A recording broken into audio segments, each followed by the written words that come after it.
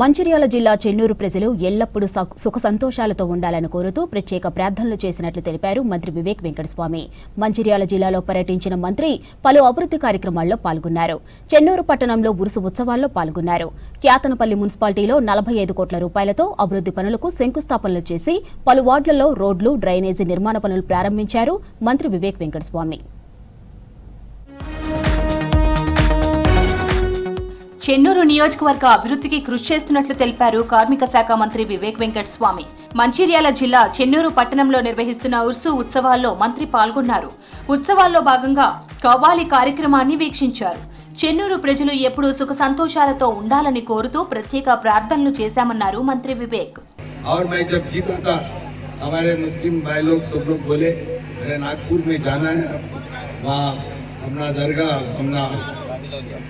वो विजिट करना है बोल तो मैं भी वहाँ हमारा फैक्ट्री था, वो फैक्ट्री विजिट के बाद पहले जाके वहाँ विजिट करके आया.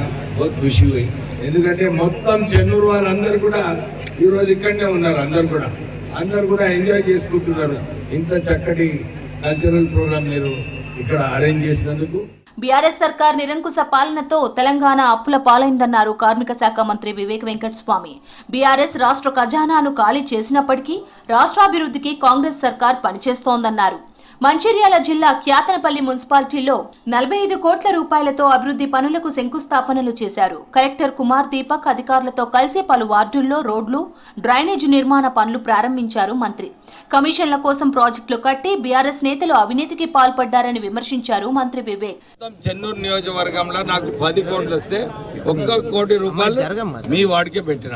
మంచి పని చేసినా లేదా? ఎందుకంటే ఎక్కువ పనులు చేయాలి, ఎక్కువ నిధులు అవసరం మన వారికి. సో 40 లక్షలు మనం ఇప్పుడు ఈ రోజు భూమి పూజ చేసుకున్నాము.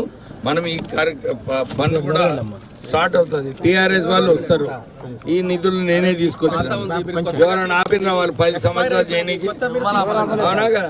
10 ఏళ్ల కాలంలో బీఆర్ఎస్ మంచిర్యాల జిల్లాలో ఎలాంటి అభివృద్ధి పనులు చేయలేదన్నారు కార్మిక శాఖ మంత్రి వివేక్ వెంకటస్వామి. మున్సిపాలిటీలో కాంగ్రెస్ పార్టీ క్లీన్ స్వీప్ చేయబోతుందని చెప్పారు మంత్రి వివేక్ వెంకటస్వామి. టీఆర్ఎస్ హయాంలో 10 సంవత్సరాలు సత్తాలో ఉన్నప్పటికీ కూడా ఒక రోడ్డు, ఒక నాలి కూడా ఈ మున్సిపాలిటీస్లో వేయలేదు. నేను వచ్చిన తర్వాత డిఎంఎఫ్టి ఫండ్స్ ఇవన్నీ నిధుల నుంచి ఇక్కడ సుమారు 200 కోట్ల పనులు ఇక్కడ చేయడం జరిగింది. వాళ్ళు 10 సంవత్సరాలలో ఏం చేయలేదు.